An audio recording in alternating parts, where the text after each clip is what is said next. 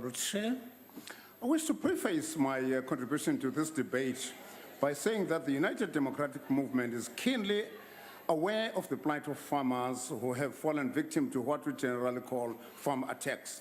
The UDM, without reservation, condemns these attacks of violence, murder, and lawlessness that have the daily characteristics of our communities. But we wish to direct our attention to another kind of farm attacks.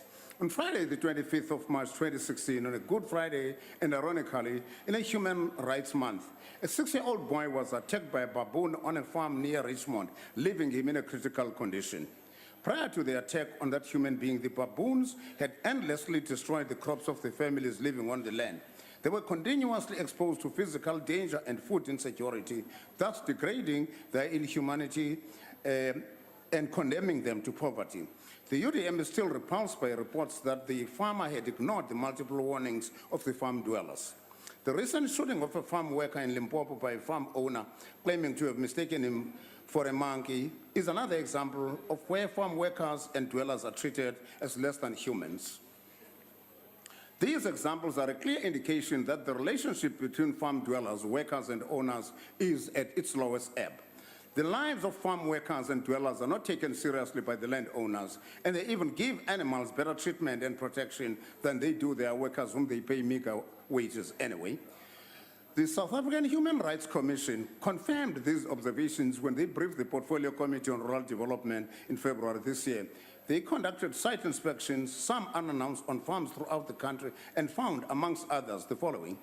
There is a challenge in accessing privately owned farms in the Western Cape, Mpumalanga, and Limpopo. There have been several complaints relating to water and sanitation access on farms. There has been a lack of access to food and electricity for farm dwellers. Several farm families were allegedly forcibly removed from a farm in the Brede River Valley and placed in an informal settlement known as Filtane. In Limpopo, there is a prevalence of hate speech where farm workers are still called by the K word. Farm workers and their families must be freed from continuous physical, social, and economic isolation. Government needs to speed up its programs aimed at ensuring that families have access to services such as schools and the rest. As a society, we must continue with our efforts to ensure the peaceful and mutually beneficial coexistence of farmers and farm workers, including the surrounding communities. A stern warning against the violation of human rights on farms must be issued. This kind of behavior must be rejected by all of us.